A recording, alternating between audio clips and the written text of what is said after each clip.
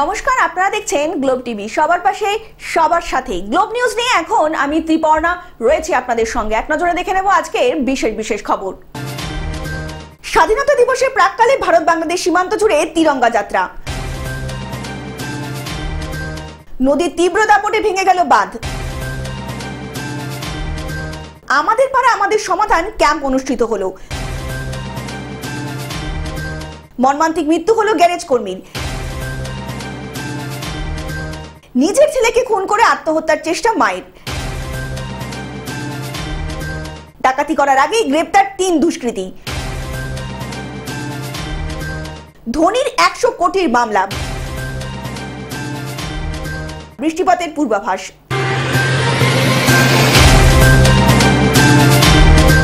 আসছে বিস্তারিত খবরে। স্বাধীনতার আগেই ভারত বাংলাদেশ সীমান্ত জুড়ে তিরঙ্গা যাত্রা। বহু বীর শহীদদের রক্তের বিনিময়ে 200 বছরের ব্রিটিশ শাসনের পরাধীনতার শৃঙ্খল ছিন্ন করে মূল্যবান স্বাধীনতা অর্জন করেছে ভারতবর্ষ। দেশবাসীর কাছে ভারতের বীর স্বাধীনতা সংগ্রামীদের আত্মত্যাগের কথা তুলে ধরতে এবং দেশবাসীকে দেশাত্মবোধ জাগ্রত করে তুলতে হর ঘর তিরঙ্গা যাত্রার সূচনা করেছেন প্রধানমন্ত্রী নরেন্দ্র মোদী, যার অঙ্গ হিসাবে তিনি দেশ জুড়ে শুরু করেছেন জন ভাগীরথী আন্দোলন। সেই আন্দোলনের সূত্র ধরেই আসন্ন স্বাধীনতা দিবসের প্রাক্কালে ভারত বাংলাদেশ সীমান্তে তিরঙ্গা যাত্রার আয়োজন করলো বিএসএফ এর 12 নম্বর ব্যাটালিয়ন। মালদার হাবিবপুর ট্রেন থেকে শুরু হয় এই তিরঙ্গা যাত্রা। শেষ হয় একেবারে ভারত বাংলাদেশ সীমান্ত হয়ে প্রায় 15 কিলোমিটার ঘুরে এই তিরঙ্গা যাত্রা। তিরঙ্গা যাত্রায় বিএসএফ এর জওয়ান থেকে শুরু করে অন্যান্য আধিকারিক এবং গ্রামবাসীরা দেশের জাতীয় পতাকা নিয়ে অংশ নিয়েছিলেন। जो है हर घर तिरंगा अभियान के माध्यम से आज जो है 12वीं बटालियन इस कैंपेन को चला रही है। इसकी शुरुआत हमने जो आयो मार्केट है वहाँ से किया था और इसका जो अंत है, जो हमारी यात्रा है, ये 12वीं बटालियन की बीओपी है सिंगाबाद, वहाँ पर हम इसका समापन करेंगे। कितना किलोमीटर हुआ सर? ये लगभग 15 से 20 किलोमीटर का एरिया बनता है। মালদা থেকে অভিষেক দাসের রিপোর্ট, গ্লোব নিউজ। নদীর তীব্র দাপটে ভেঙে গেল বাঁধ। গঙ্গা ও ফুলহারা নদীর তীব্র দাপটে ভেঙে গেল বাঁধ। কাটা বাঁধটা যেভাবে কাজ করা হয়েছিল তারপর তাতে করে ওইটা ভাঙার কথা নয়। আমরা পরে বালির বস্তা দিয়ে বাঁধটাকে আটকেছিলাম। বালির বস্তা দিয়ে আটকাবার পর রাত্রি 4টার দিকে কেউ বা কারা কিছু লোক, এটা কংগ্রেস এবং সিপিএম এবং বিজেপিরা, সিপিএম বিজেপির লোকরা রাজনৈতিক ফায়দা তোলার জন্য ওখান থেকে সমস্ত রকমের মানে 2-3টা বস্তা ছড়িয়ে লিকেজ করে দিল। লিকেজ থেকে জল ঢুকতে ঢুকতে তারপর ওয়াশ আউট হয়ে গেল। তো এইভাবে মানুষকে ভূতনির লোককে ডুবিয়ে দিয়ে এরা রাজনৈতিক ফায়দা লুটাটা ঠিক হয়নি। বুধবার সকালে ভেঙে গেল, জল ঢুকতে শুরু করে দিয়েছিল ইতিমধ্যেই। সেই রাস্তা 6 মাসের মধ্যে ঢাক ঢোল বাজিয়ে এটা উদ্বোধন করা হয়েছিল, আর সেই 6 মাসের মধ্যে আবার সেই ভূতনিতে জল ঢুকছেন। লক্ষ লক্ষ টাকার কাজ এটা। এখানে যে কন্ট্রাক্টর এখানে দাঁড়িয়ে আছে, এই যে ইঞ্জিনিয়াররা যারা দাঁড়িয়ে আছে, এরা চোর। এই চোরগুলো এখানে দাঁড়িয়ে কাজগুলো করিয়েছে। আজকে এখানে যে রাস্তা আজকে হাল হয়েছে এই চোরদের জন্য হয়েছে। চোররা যে কটা দাঁড়িয়ে আছে গাড়ি নিয়ে, ওয়েস্ট বেঙ্গলের পুলিশের অফিসাররা এই যে এরা এসছে, ওই মালদা থেকে এসছে আর মানিকচক থেকে বিভিন্ন জায়গায় ইরিগেশন থেকে এসছে, এরা মেইন চোর। এই চোরগুলো আজকে ভূতনিকে শেষ করে দিল। মানিকচক ব্লকের ভূতনি থানার দক্ষিণ চণ্ডীপুর কাটাবাদ এলাকায় বাঁধ ভেঙে তীব্র গতিতে জল ঢুকতে শুরু করেছে গোটা ভূতনিতে। কিভাবে কাটলো এটা? এটা কাটানো হয়েছে, সম্পূর্ণ কাটানো হয়েছে। এটা কেউ কেটেছে? কেউ কেটেছে। এটা সারা কালকে আমি রাত্রে দেখে গেছি 10টার সময়, যে বাঁধ তো কাটার রকম ছিল না, কিন্তু এটা সকালে মোটামুটি 5টা-6টা দিকে কেটেছে। এটা বাড়ি কেউ কেটেছে না নিজে থেকে কেটেছে? না, কেউ কেটেছে। কেটে কি জন্য কাটতে পারে? ওই তো এদিকে ভাই ডুবে আছে, এদিকে ভাই গঙ্গা আছে বলে কেটেছে। আমি ঠিকাদারকে বলেছিলাম মাসিক প্রধানকে যে এটা দিয়ে জল ঢুকবে, বাঁধটা অনেক নিচু করে দিয়েছেন। এটা কোনো বাঁধ হলো? বাঁধ হলো ওটা বাঁধ দেখেন, নতুন বাঁধ, সেই বাঁধটা কোনো বাঁধ হলো না। এটা নতুন করে করা হয়েছিল? নতুন করে করা হয়েছে, এটা বাঁধ নয়, এটা নিউ বাঁধ চলে গিয়েছে। ওটা হলো বাঁধ। কাজ কি সঠিক হয়নি মনে করছেন? এটা কাজ হয়নি, এটা কোনো কাজ হয়নি। 3টি গ্রাম পঞ্চায়েত এলাকায় প্রায় লক্ষাধিক মানুষ জলে প্লাবিত হয়ে যাওয়ারও আশঙ্কা রয়েছে। জেলা প্রশাসক, সেচ দপ্তর অধিকারী, চোর সব। 1,35,00,000 টাকা কালভার্টের কাজ হবে, সেখানে বললো মানুষ ভুইয়া এসে লক গেট তৈরি করবে, আর এখানে হচ্ছে একটা কালভার্ট বানিয়েছে। ফুলন নদীর জল, গঙ্গা নদীর জল ভূতনিতে গতবার টাকা লুট করেছে, আত্মসাৎ করে। আমরা চেষ্টা করছি যে জল ঢুকানোটা যতটা আটকানো যায়, যত তাড়াতাড়ি আটকানো যায়, এবং তার সঙ্গে যেন গ্রামবাসীরা যেরকম এই রাস্তাটা দিয়ে সুন্দর যাতায়াত করছিল সেটা যেন আমরা চালু করতে পারি। কিভাবে, মানে কখন খবর পেলেন যে বাঁধের এরকম অবস্থা?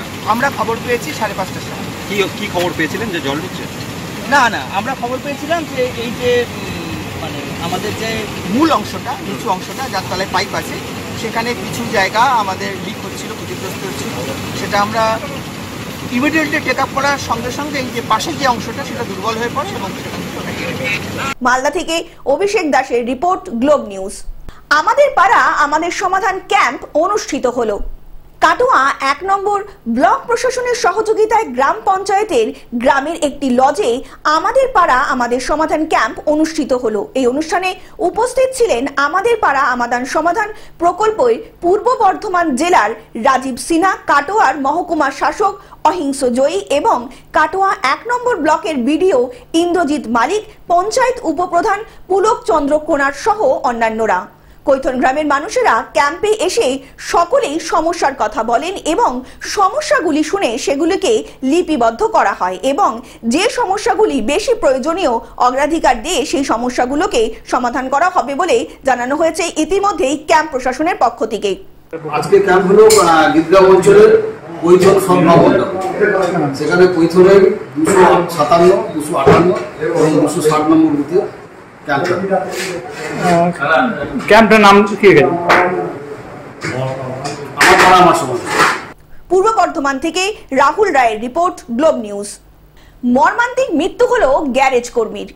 রানীগঞ্জের মঙ্গলপুর শিল্প তালুকের লাগোয়া বাসা অঞ্চলে উচ্চ ক্ষমতা সম্পন্ন 11,000 ভোল্ট তারের মধ্যে লোহার পাইপ থেকে গিয়েই মর্মান্তিক পরিণতি হলো রানীগঞ্জের 35 নম্বর ওয়ার্ডের শহীদ নগরের বছর 20 যুবক মোহাম্মদ আলতালসামের। যুবকটি দীর্ঘদিন ধরেই একটি গ্যারেজে কর্মী হিসাবে কাজ করত। বুধবার ওই যুবক তার গ্যারেজের ছাদে উঠে নর্দমা সাফাই করার জন্য একটি লোহার পাইপ নামাচ্ছিল। সেই সময় সেই পাইপ অসাবধানতার বশে 11,000 ভোল্টের তারে স্পর্শ করে চলে যায়। সেই বিদ্যুৎ সংযোগের কারণেই মর্মান্তিক মৃত্যু হয় সেই যুবকের। প্রচন্ড বিকট শব্দ শুনতে পেয়ে আশেপাশের মানুষজন ও গ্যারেজের মেকানিক ঘটনাস্থলে পৌঁছে দেখেন মাটিতে পড়ে রয়েছেন বছর 20 যুবক মোহাম্মদ। এই ঘটনা লক্ষ্য করে স্থানীয়রা তাকে দ্রুত চিকিৎসার জন্য হাসপাতালে নিয়ে যায়। সেখানেই চিকিৎসক ও যুবককে মৃত বলে ঘোষণা করেন। রানীগঞ্জ থানা ও পাঞ্জাবি মোড় ফাঁড়ির পুলিশ খবর দিলে পুলিশ দ্রুত হাসপাতালে ঘটনাস্থলে পৌঁছে দেহটিকে উদ্ধার করে। এখন প্রশ্ন উঠছে, এই এত উচ্চ ক্ষমতা সম্পন্ন বিদ্যুৎ তারের নিচে এত অল্প উচ্চতায় কিভাবে একটি গ্যারেজের কাজকর্ম চলতো, কেনই বা এই বিষয়ে কোনো নজর রাখা হয়নি তা নিয়ে প্রশ্ন ইতিমধ্যেই উঠছে অভিজ্ঞ মহলে। মানে কি আপনার এখানে কি কাজ করতে নাকি? হ্যাঁ, কি কাজ করতে গেছিল? কাজ করতে গিয়ে পাইপ নামাতে গেছে, নালি সাফ করতে জন্য। আচ্ছা, একটা নালি ছিল, নালির জাম ছিল, ওই পাইপটা আনতে গেলে বাস এই ঘটনাটা। মানে আপনার গ্যারেজের উপরে কি 11,000 ভোল্টের? হ্যাঁ, 11,000 ভোল্টের তার ছিল। তো কি পাইপ ছিল উপরে? কি লোহার পাইপ ছিল এটা নাকি? আচ্ছা, নালির জন্য সাফ করতে জন্য। কটা নাগাদ হয় ঘটনাটা? হ্যাঁ, কটার সময় হয়েছে? এই 9 সাড়ে 9টার সময়। আসানসোল থেকে সৌমিত্র গাঙ্গুলির রিপোর্ট, গ্লোব নিউজ। নিজের ছেলেকে খুন করে আত্মহত্যার চেষ্টা মায়ের। মালদার মর্মান্তিক ঘটনা। বছর 2-এর শিশুকে শ্বাসরোধ করে খুন করে নিজে বিষ খেয়ে এবং গলার নলি কেটে আত্মহত্যার চেষ্টা বছর 22-এর গৃহবধূ গণকা সরকারের। এই ঘটনার কেন্দ্র করে এক প্রকার তীব্র আতঙ্ক ছড়িয়েছে এলাকায়। জানা গিয়েছে পারিবারিক অশান্তির জেরে এই ঘটনা ঘটিয়েছেন অভিযুক্ত মহিলা। গাজল থানার অন্তর্গত করকচ গ্রাম পঞ্চায়েতের অহরা এলাকার ঘটনা। ঘটনার পর স্থানীয়রা বিষয়টি জানতে পারলে তড়িঘড়ি শিশুটি এবং অভিযুক্ত ওই মাকে হাসপাতালে নিয়ে যায়। হাসপাতালে কর্তব্যরত চিকিৎসকরা শিশুটিকে মৃত বলে ঘোষণা করে। খবর পেয়ে হাসপাতালে ছুটে আসেন গাজল থানার পুলিশ। পুরো ঘটনা নিয়ে ইতিমধ্যেই তদন্ত শুরু করে দিয়েছে পুলিশ। আমি বিষ খেয়েছি। হ্যাঁ, তারপর আরেকবার খেয়েছি। দুবার বিষ খেয়েছো? দুবার খেয়েছি, তা কিছু হয়নি। কিছু হয়নি। বাচ্চাটাকে কি করেছো? বাচ্চাটারে বালি চাপা দিয়ে মেরে ফেলেছি। কে মেরেছে? মালদা থেকে অভিষেক দাসের রিপোর্ট, গ্লোব নিউজ। ডাকাতি করার আগেই গ্রেপ্তার 3 দুষ্কৃতী। সীমান্তবর্তী মুর্শিদাবাদ জেলার জলঙ্গি থানা এলাকার সাগরপাড়া থেকে ডাকাতির উদ্দেশ্যে রওনা দিয়েছিল 3 জন যুবক। গোপন সূত্রে খবর পেয়ে সাগর থানার ওসি মোহাম্মদ খুরশিদ আলম ও তার পুলিশি টিম তল্লাশি শুরু করে ও হাতে নাতে গ্রেপ্তার করে 3 দুষ্কৃতী সহ তাদের কাছে থাকা আগ্নেয়াস্ত্র উদ্ধার হয়। একটি আগ্নেয়াস্ত্র, 2 রাউন্ড গুলি, ডাকাতির জন্য বিভিন্ন সরঞ্জামও ছিল তাদের কাছেই। পুলিশ সূত্রে জানা যায় ওই 3 জন ব্যক্তির নাম হচ্ছে বাজিদ সাহা, মাহবুল শেখ, জিয়ারুল মন্ডল। তাদের দুজনের বাড়ি সাগরপাড়া থানা এলাকায়। 7 দিনের পুলিশি হেফাজতে জেলা জজ আদালতে পাঠানো হয়েছে। মুর্শিদাবাদ থেকে পার্থ মন্ডলের রিপোর্ট, গ্লোব নিউজ।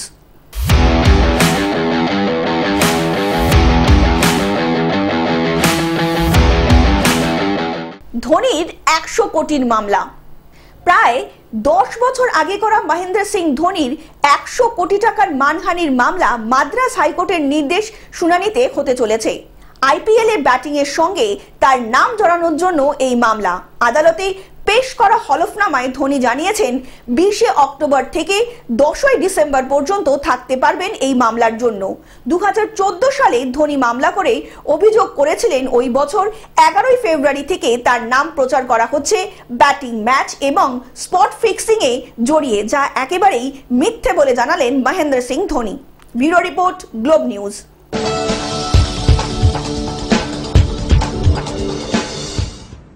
বৃষ্টিপাতের পূর্বাভাস।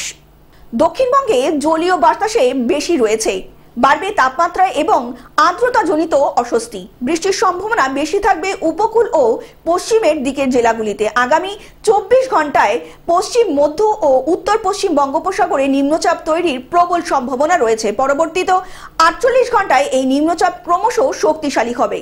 বঙ্গোপসাগরে এই নিম্নচাপ থেকে কর্ণাটকের ঘূর্ণাবর্ত পর্যন্ত একটি পূর্ব পশ্চিম অক্ষরেখা বিস্তৃত। মৌসুমী অক্ষরেখা উত্তরবঙ্গের ওপর দিয়ে বিস্তৃত। এই অক্ষরেখায় অমৃতসর, মান্ডি এবং মুজফ্ফরপুর এবং জলপাইগুড়ির ওপর দিয়ে হালফং থেকে দক্ষিণ পূর্ব মণিপুর পর্যন্ত বিস্তৃত রয়েছে। উত্তরপ্রদেশ, কর্ণাটক এবং অসমেও রয়েছে এই ঘূর্ণাবর্তের প্রভাব। বিহার থেকে উড়িষ্যা পর্যন্ত এই অক্ষরেখা বিস্তৃত রয়েছে বলে জানানো হয়েছে। Bureau report, globe news. Television ছাড়াও গ্লোব টিভি এখন সমস্ত সমাজ মাধ্যমে উপলব্ধ। বিস্তারিত জানতে ফোন করুন আমাদের টোল ফ্রি নাম্বার 180089197444 অথবা লগ ইন করুন আমাদের ওয়েবসাইট www.globetv.in এ। গ্লোব নিউজ এখন এ পর্যন্তই। দেখতে থাকুন গ্লোব টিভি, সবার পাশে, সবার সাথে। নমস্কার।